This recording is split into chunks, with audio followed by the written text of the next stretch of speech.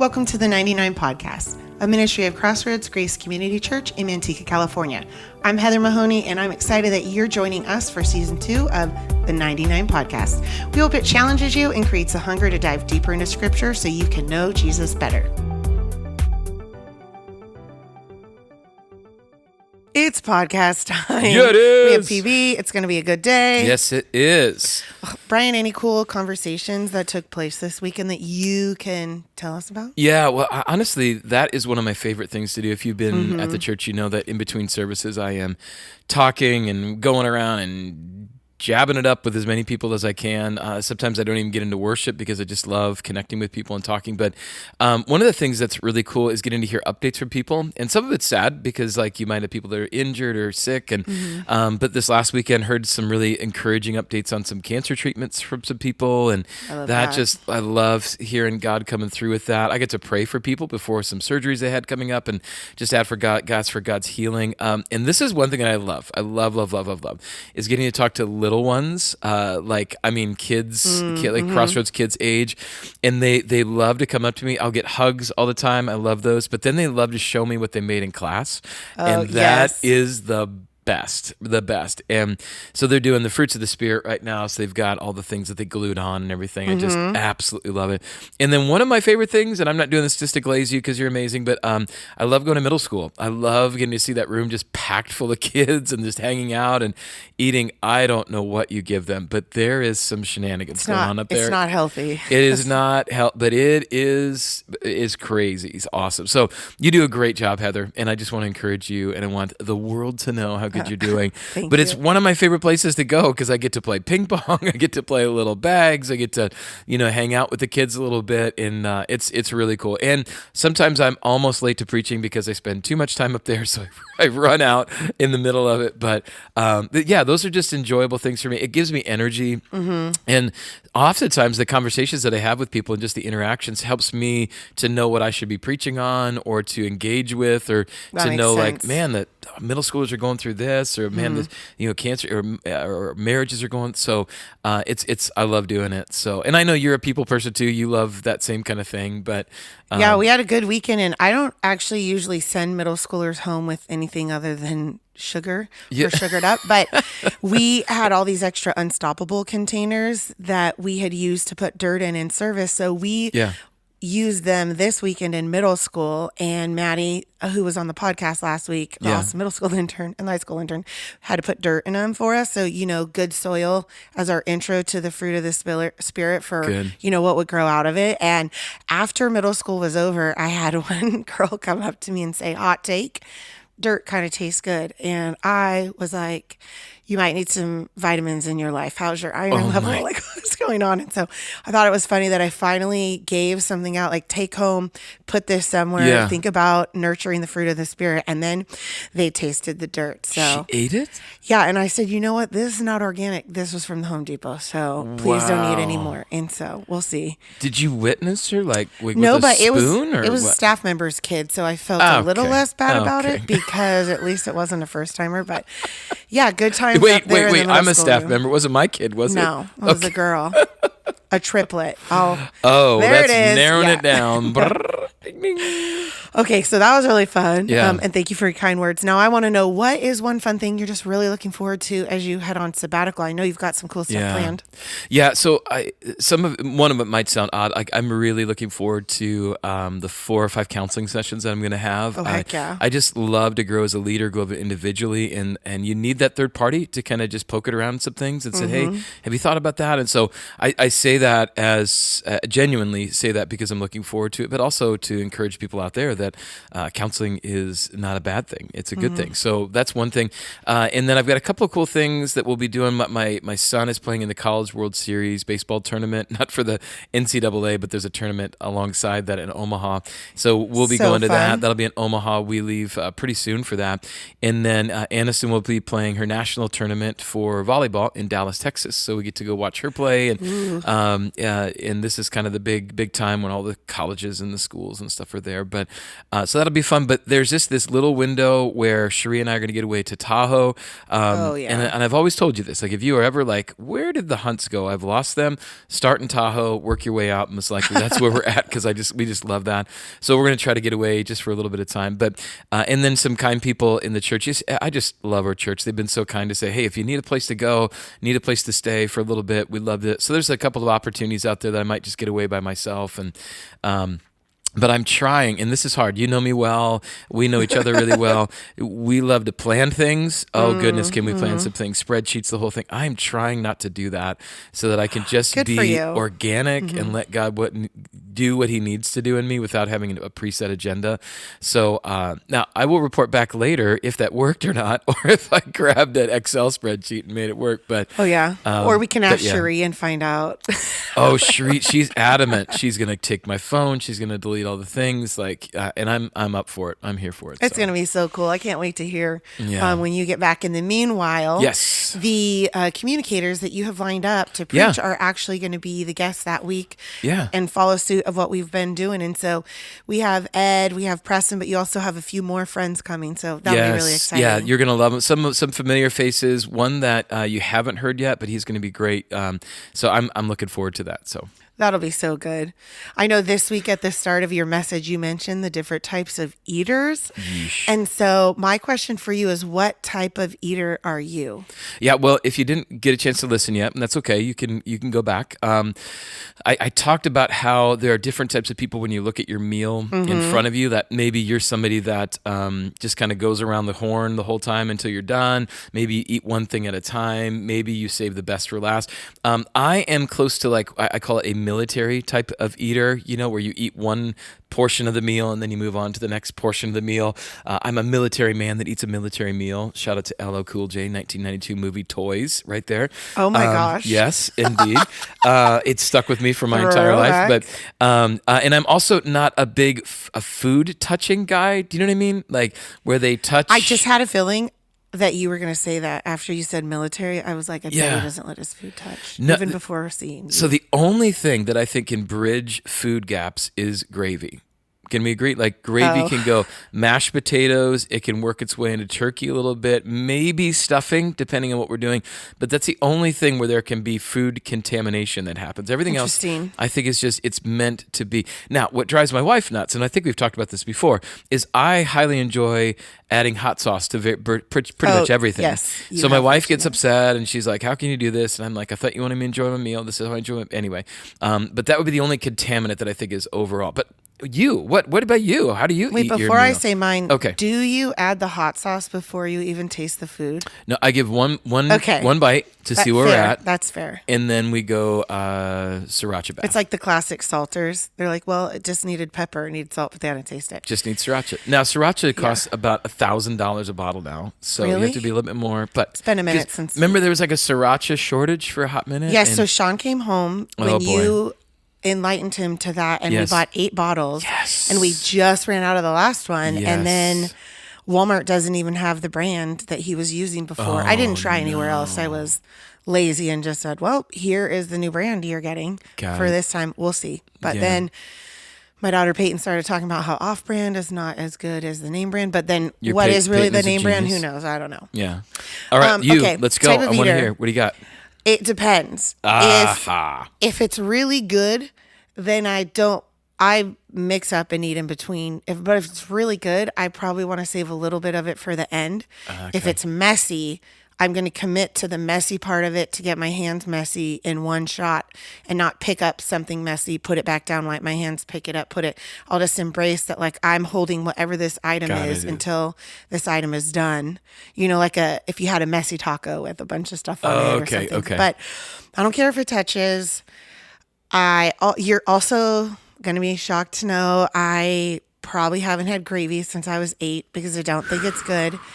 And on Thanksgiving, it's going to be okay. I am a cranberry girl, and that goes on top of everything, not gravy. Okay. I know I'm such a weird eater. It's okay. Don't invite me over for dinner. Just invite me to tea if you want to get to know me. You don't have to worry about that.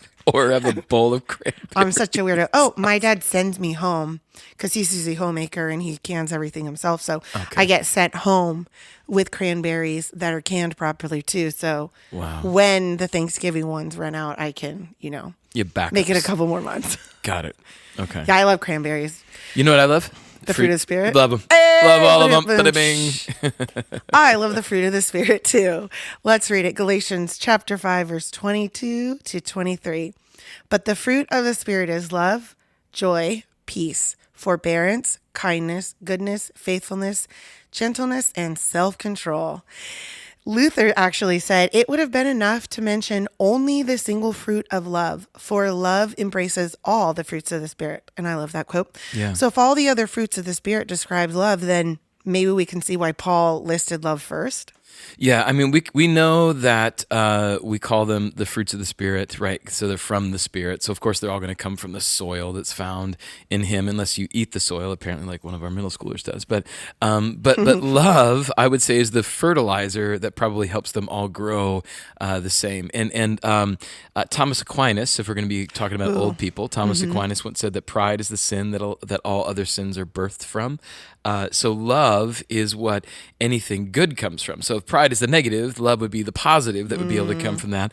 And so the reason is that God is love. It's not an attribute about Him, but it's actually who He is. We're going to talk about more of that in a second here. But clearly you can see that I think Paul understands, and he's saying and he's the love guy, man. You see love everywhere in his writings, and he's like, yeah, it's got to start with love. I mean, in 1 Corinthians 13, I think it's verse 13, he says that, and these three remain, hope, faith, and love. But the greatest of these is love. And so love is the anchor, the fertilizer in the soil that everything boils out of. Because if you really think about it, if you have joy but you don't love people, are you really joyful? And if you think you have peace but you don't have love, can you possibly have peace? And so back and forth you can see all the way through.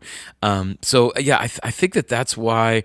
I would say Paul starts that way, or it's just that it just automatically comes out of his brain that way. But if we look at the fact that God is love, I think it makes sense that everything would come from that. Oh, that does make a lot of sense to me too. I know you also were talking about counterfeit money and kind of counterfeit love. Yeah, Can you share a little bit more about what counterfeit love looks like? Well, I would argue that you probably know a lot of it more than I would. I mean, even just seeing what our students and in the next generation are fighting when it comes to the different sort of loves that are around them. But when you think of fake love, you could think of things that we say that we love, and we throw this word around just so easily. It's so liberally that we use it that I think it loses its deep meaning to it. And again, you probably hear students. I've got 2 students at home, and they talk all about the things that they love, and it's always interesting to press them on that. Now, do you love that, or do you like it? Do you enjoy it? Do you and also just a little tease for Christmas. I know we're in June, but Christmas is coming, you guys. I'm ready. Christmas, we're going to be talking about the 4 different types of love. We're going to be working through Advent this year, so I'm super excited about that. But what you really are wrestling with is like a spiritual love and a earthly love, or if you will, like a flesh love. And some research that Heather was kind enough to kind of pass along to me is this idea that we should understand that the works of the flesh in the light of the true love of the Spirit is that the flesh is a violation or a perversion of the real love of the great love of Jesus and that comes from God. And so when we think about that, we could quickly understand that love that we truly want is something that's rare and precious, and the love that we see around us is very cheap and easy to find. It's like it's like when you go to those trinket stores when you're in Mexico or on vacation or something like that, and they're trying to convince you that it was made by this whatever. In reality, that it was made in like some little sweatshop somewhere, and you feel terrible about even buying it, but it costs like 7 cents. So, but there's this perversion of what real love is. And so, for instance, like adultery, fornication, uncleanliness, lewdness, those are all counterfeits of love that are amongst people. Idolatry, even sorcery, those are counterfeits of the love of God. Hatred, jealousy, outbursts of wrath, selfish ambitions, heresies, envy, murder, all opposite of love. Drunkenness, revelries, those are they're just a sad attempt to fill the void that only love can fill. And so what we'll try to do, and Satan's great at this, is he'll convince us that what we're after, he'll remind us of a real truth, that is that we all want love. But then he'll pervert that intention and replace what God's love is with what something else is, saying that Satan, and remember, Satan knows the truth. He knows the exact truth. He knows that the true love of God is what all of us need, but he knows the inclinations of the human spirit to know that if I can just get you a degree off, if I can think that this is a better love than God's love, then I can get you farther from him. And so he gets us to love all kinds of things. He gets us to love money and love success and love relationships and love feelings and love emotions and love toys, and so that it piles up this false version of love that distracts us from the true love that's found in God. And like I said, I'm guessing you see this a lot in a middle school or even in your own walk. I mean, talk to me a little bit. What do you see as far as counterfeit loves? Well, sometimes I think when you're younger or having love for the first time, because I mean, realistically, most people, the first person they think they love or do love isn't the last person they love. You know, you're learning Sure. along the way, and most people don't marry their first love, even though shout out to those of you who Yeah. do and who have, and sticking it out is really cool. But a lot of times you're like, oh, I love them. And then you realize, then you are married one day and Yeah. you're loving somebody and it's to just such a much greater extent and you would just sacrifice so much more and it's a whole different version. And so sometimes I Yeah. think, okay, that was true. It just hadn't matured yet. It was just young, but then sometimes it is just fake and you don't know it. And, you know, there's falsities on the other side or on your side kind of thing. But Yeah. I think it's just a lot of times it's easy to trick our own selves. I was just Oh, yeah. thinking, have you ever heard of the Dr. John, I think it's Deloney. Oh, yeah, Dr. show? John Deloney? Yeah. Awesome. I Yeah. really like him. And it's one of those caller driven shows.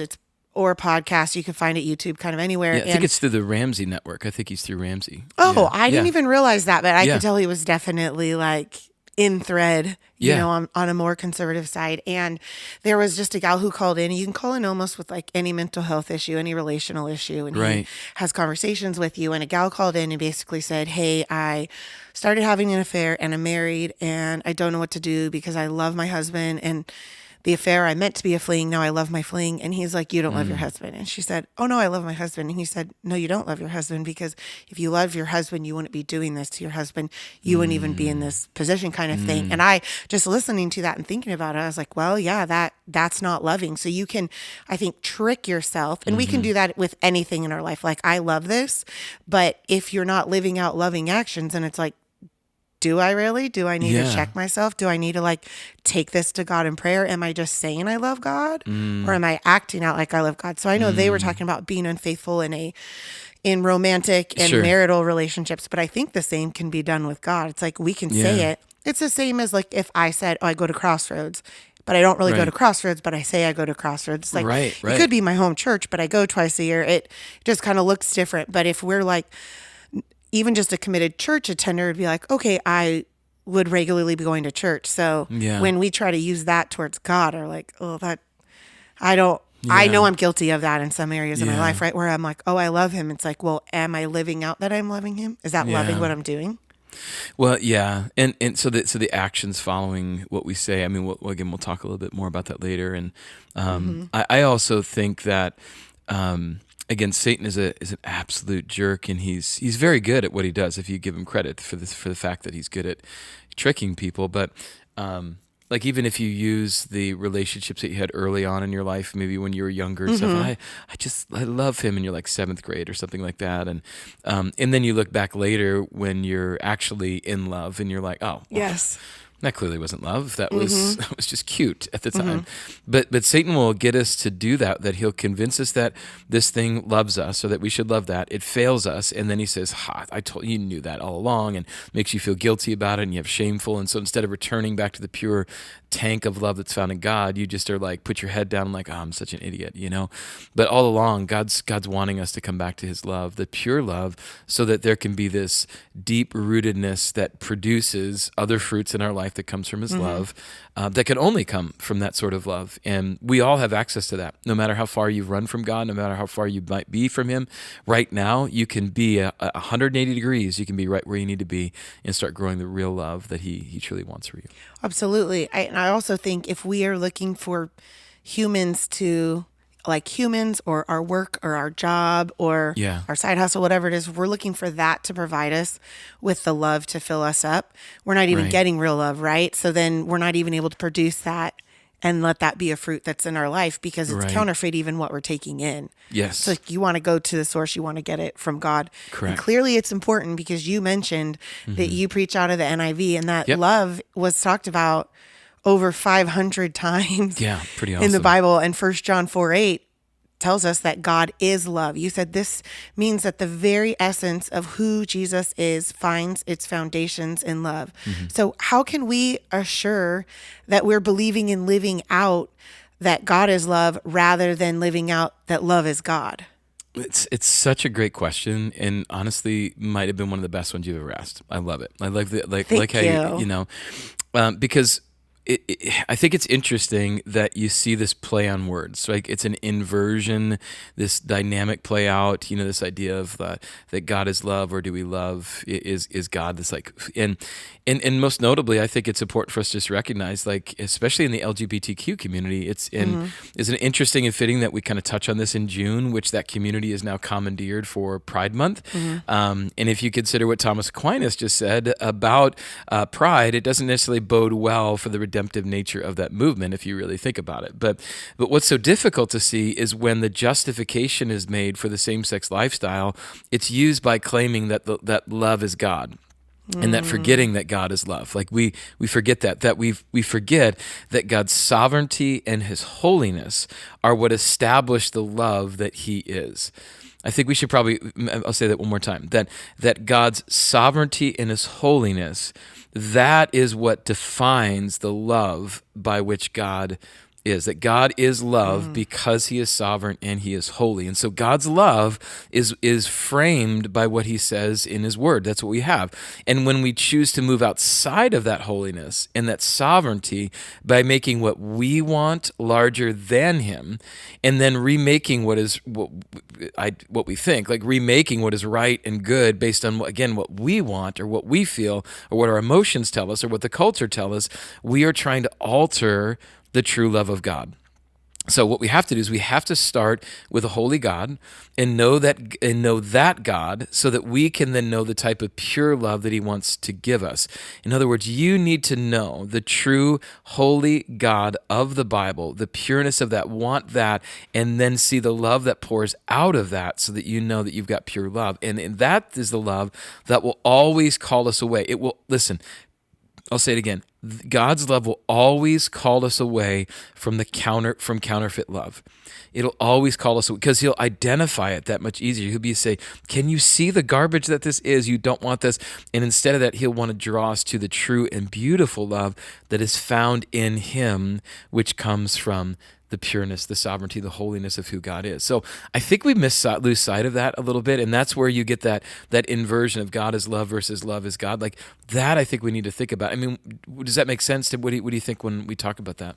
Absolutely. Just even you breaking it down, saying the sovereignty and the holiness, I think helps then in my mind to be like, okay, how am I prioritizing this? Is this a sovereign, holy love? Okay, that could be a love from God, versus is this a love that I've decided is love because I love it, kind of thing. Like, it's, just so much of life to me goes back to the pyramid of priorities and just appropriately establishing who is Lord of your life. Am I Lord of my life, or am I allowing the Lord to be Lord of my life? So when we go God, spouse, kids, everything else, God at the top, the establisher of love, then you're right. It has to be his definition of love, not our definition of love. He is the creator. Yeah, but that also should speak to our single people out there, or even our students that might be listening, or somebody that's not married at this point, and you're looking at that pyramid and you're like, well, I don't have 2 out of the 4.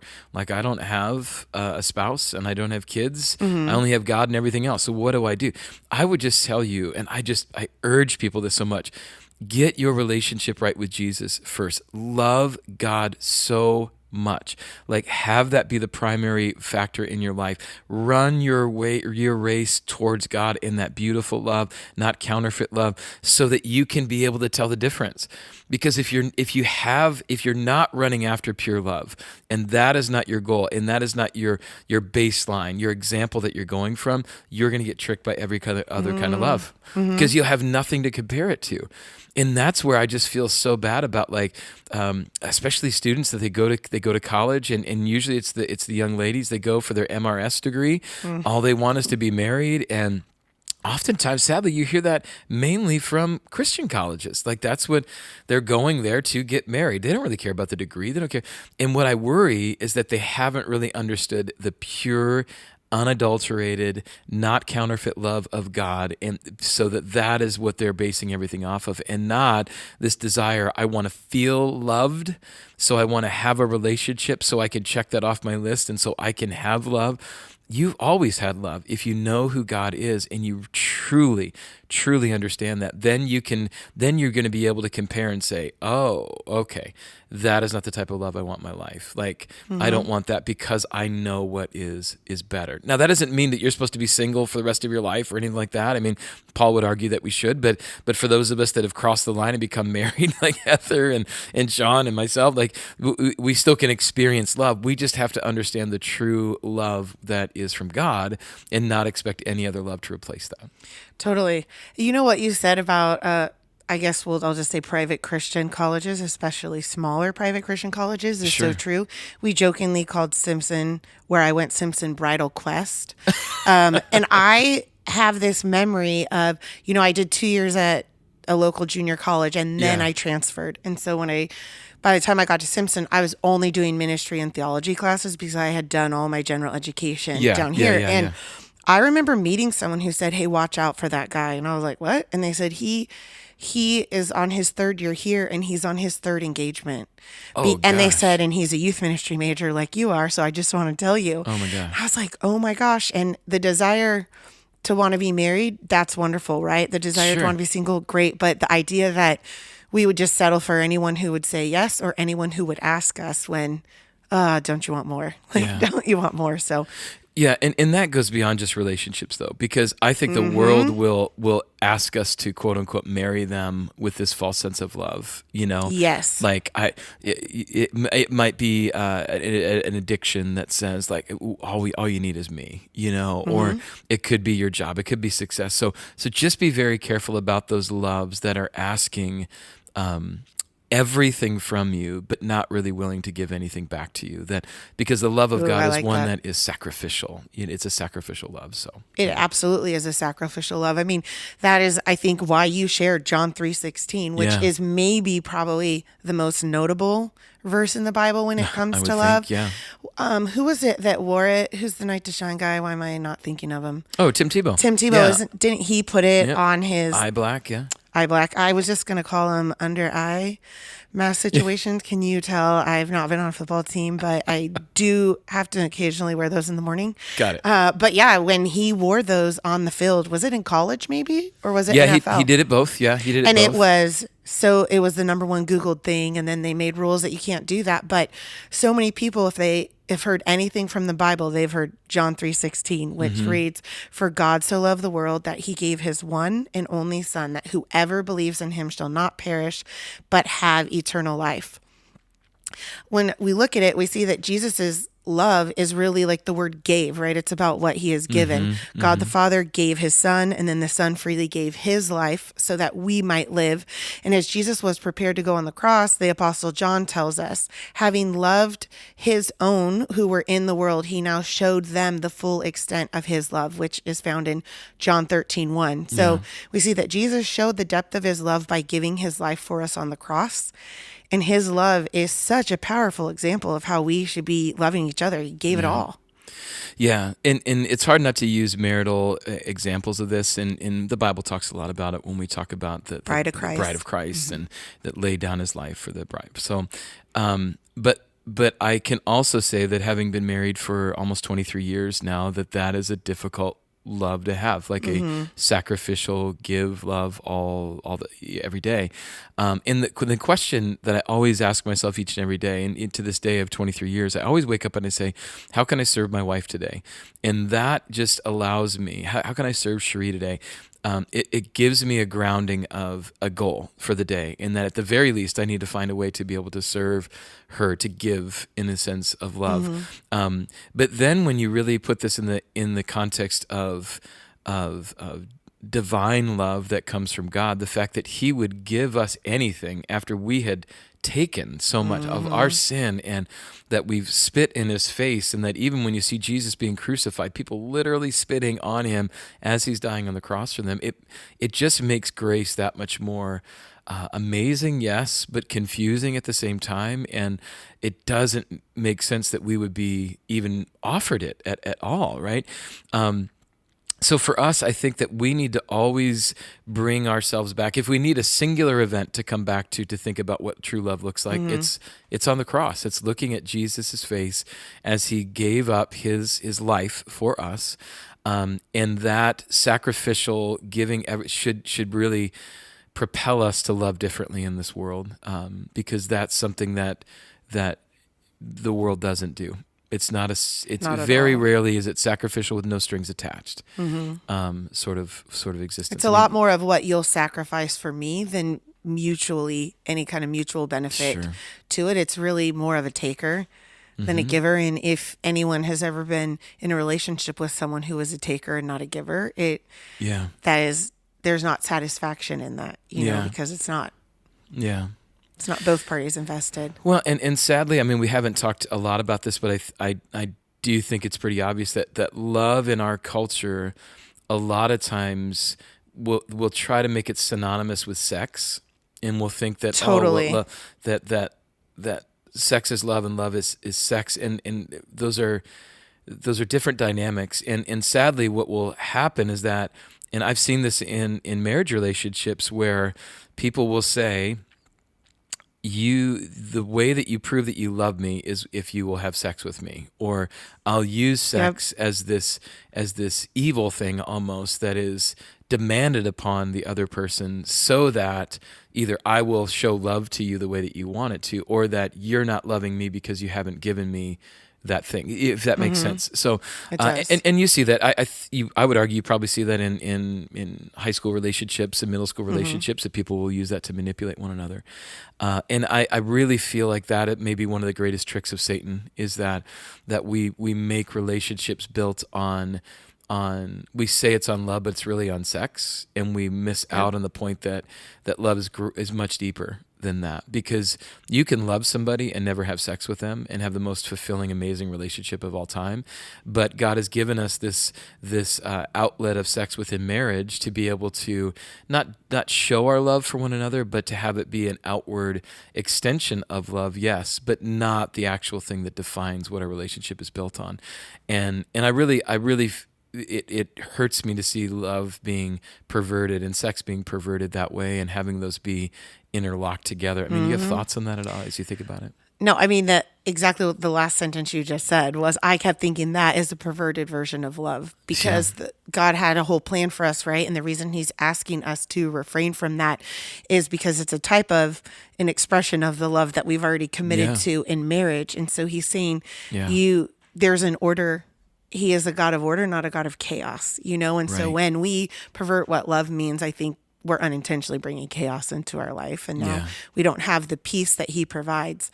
Yeah. And if someone is going to ask us to be a part of something or not be a part of something, and they're our actual maker, who would know better than what our needs are than the actual creator? So, I mean, that'd be a hard argument to say, here's why I'm the exception. Because most of the time, we're not the exception. We're the reason there are the guidelines, right? So true. Because we couldn't. So true. Yeah. We don't have to go back to the Garden of Eden to realize, like, we're not good listeners and followers of what our Creator has asked us to do. No. Which is what makes the verse you shared, Romans 5:6-8, crazy, because we're sinners, right? And our Savior is perfect. And it says, you see at just the right time, When we were still powerless, Christ died for the ungodly. Very rarely will anyone die for a righteous God, or die for a righteous person. Right. Yeah. Though for a good person, someone might possibly dare to die, but God demonstrates his own love for us in this. While we were still sinners, Christ died for us. And then I love just kind of, you built upon a bunch of statements, and I was like, it's too good, so I needed to say them in a row. Oh, sure. Yeah. So our sin makes us powerless, but God is all powerful. God's love has power over our sin. True love hates sin and seeks holiness. True love is more than words, but has action. True love is humble. True love loves others different from themselves. True love loves sacrificially, expecting nothing in return. And you ended with, a life producing true love will look like Jesus, even when it's hard to do. Yeah, and that's a lot to kind of unpack, and hopefully you had a chance to listen to the message with it within context. But that last line, I think, is, and as we each week I kind of think of something called a say it in a sentence. So if you could wrap up this sermon in one sentence, that last line would be it: that a life producing true love will look like Jesus, even when it's hard to do. In that, I think, is the challenge for all of us, because I admitted in there, like, loving people that are different than me, or loving people that are maybe my enemies, or that could be hard. That could be super hard to do. And I've been tested in that many times over the years. And when you have people that say just terrible things about you, whether behind your back or the new way of doing it on social media, and then having to interact with those people in the same room, those are hard moments. Super hard so moments. Hard. But if you really want to produce love that looks like Jesus, you're gonna love even when it's hard to do. And so I've had to really ask the Spirit to help me in those moments and to pray through those moments.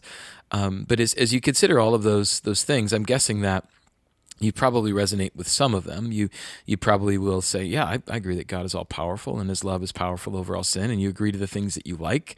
But then when you kind of get down to the ones that are hard, like, like love is humble. Oof, I don't know if I can be humble about that. I like to tell people about how loving I am, or that love is sacrificial, not expecting anything in return.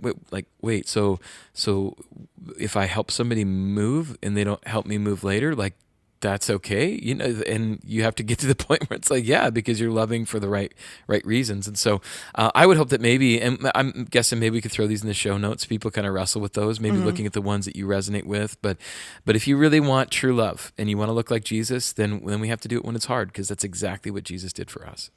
Totally. I have to say that watching how you have loved people who've been unloving to you helped me to be better at it. Oh, wow. Because I would say I was awkward at best when it came to that, because when I see the person, I usually only just am reminded of the hurt. And then I just watching how you deal with it. I know Sean and I have talked about it before, and it helps set an example. I'm so much better at it by watching you do that. Wow. I know you didn't know I was going to say that, but thank it's true, because it's also hard to do. And if you're only loving people when it's easy to love them, is that true love? Yeah. Likely not. You had said we need to have a life so connected to the Spirit that even when it's hard to do, we choose to love like Jesus, regardless of the cost. Yeah. 1 John 4:13-16 says this: "This is how we know that we live in him and he in us. He has given us of his Spirit, and we have seen and testify that the Father has sent his Son to be the Savior of the world. If anyone acknowledges that Jesus is the Son of God, God lives in him and they in God. And so we know and rely on the love God has given us." I loved when you said, when we have the Spirit of God in us, we also have the love of God in us. Yeah, they're mutually inclusive. You can't have one without the other, honestly. And so when we accept Christ into our life, we are given the Spirit, and if we know that the Spirit of God is one that is based in love, then we therefore have the love of God within us. And what sometimes happens is that we will cover over that love with our sinful things that we do in our lives, or we'll ignore it, and but it's still there. It's still there. So that's why I just want to encourage people that even if you're feeling like, man, I don't know if I'm doing this the right way, the fact that you're even like troubled by that shows us and should show you that God's love is in you. It's in there. It's in there. And you've got to allow that Holy Spirit fruit to kind of poke its way up through the other things in your life that He's already forgiven, sin and shame and all that stuff, and let that fruit come, because there can be some fear that Satan will place into our life. Like, do you know what's going to happen if you actually start to have some of this fruit in your life? And I hate to say this, but even if you look at something as beautiful as peace, there's a lot of people in our life, and you know them, I know them. I mean, that peace is almost, they have an allergic reaction if there is peace in their life, that they have to live in this constant state of angst. So they'll create something wrong in their life. For every post that you see, they'll always find a way for it to be negative. Like, and sometimes you ask yourself, like, man, how could someone's life be that terrible? And maybe there are some points where it is, but my goodness gracious, if you start to learn with peace, and you start to learn with joy, and start to live with forbearance and kindness and goodness and self-control, like, that is going to create in you a spirit that is understanding the love of God, that therefore you can then give to other people. And I just believe deep down that when you accept Jesus in your life, you have submitted yourself to the ultimate power of the Holy Spirit, but you need to be able to allow it to have its fullness come in you, right? Yes. To have it be, as Paul would say, come to completion. And if you want that to take place, then we need to let go of some of those things in the world and let the soil that we're in really, really take root in our lives. Let the Spirit do something powerful. 100%. We have to create space for the love of God to fill us. If we're full on all the other junk and full on things that don't matter, where's the room to be full on the love? And then how could we ever extend love to others well when we're not even receiving the true love to be able to give of it? Yeah, it said it so well. Very good. Yeah. Oh man, such a good conversation. Thank you, Brian. I know we mentioned earlier, but you have some great communicators lined up for while you're on sabbatical. Yeah. I look forward to hearing them preach on the fruits of the Spirit. We also look forward to your return.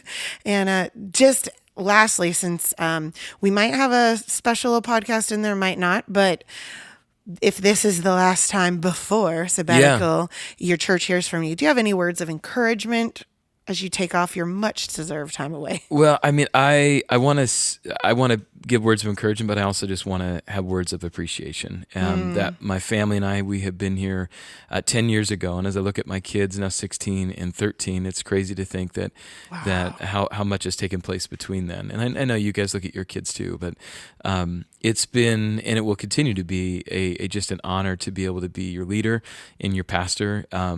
But as I said in the sermon, like, there are special people that have come across and have really loved us well over these 10 years, and it's really special. And I Heather and your family have been a huge part of that, and I just think of all the great people, the Boswells and the Arguellos, and all the people that I can think of that have just loved our family well. And I say this not self-deprecating, but it can be hard to love a pastor's family in a way. And I've learned that over the years that when you take on that role of pastor, lead pastor, it changes how you are in some people's minds. And you've probably experienced it before, where people find out what you do, and all of a sudden their language gets better, or whatever it may be. Yes. But to have people in your corner in your life that will love you as you are is really, really cool. So I want to say that thank you to those people that have been part of our life. But for us as a church, it has been so cool to see 10 years what God has done, from Pastor Mike to now being a part of a church that is growing, continues to grow and reach people for Jesus in new ways. It's been cool. It's been an honor to be a part of it, and I can't wait to see what the next 10 years plus are going to look like. So after I come back from sabbatical, be ready. Here we go. It's going to be time to get going. But put your helmets on, people. Yeah, that's right. Put your helmets on. My staff is already stretching out and drinking Gatorade to be ready. But I'm excited for what God's got in store for us, and can't wait. And thank you guys for those of you listening, and thank you, Heather and Sean, for your support and your leadership. And it's an honor to serve alongside you. Well, the feeling is mutual. So, man, thank you for those words. Thank you for your time. I hope I don't hear from you one single time on sabbatical, and I mean I that in hope the so most too. kind and positive way. Yeah. And we look forward to seeing your tan. I just assume you guys will end up somewhere in the sun. It's going to be a good summer. It's going to be a good sabbatical. Looking forward to the rest of the fruits of the Spirit. Thank you to everyone who is listening. Yeah. And hopefully you got to say goodbye to Brian. Otherwise, you got to wait to say hello again. So have a great week. Tag, you're it. Thank you for joining us today. We hope to see you next weekend at Crossroads on campus or online for one of our 4 weekend services. To view our service times, make sure you check out our website at crossroadsgrace.org. Tag, you're it.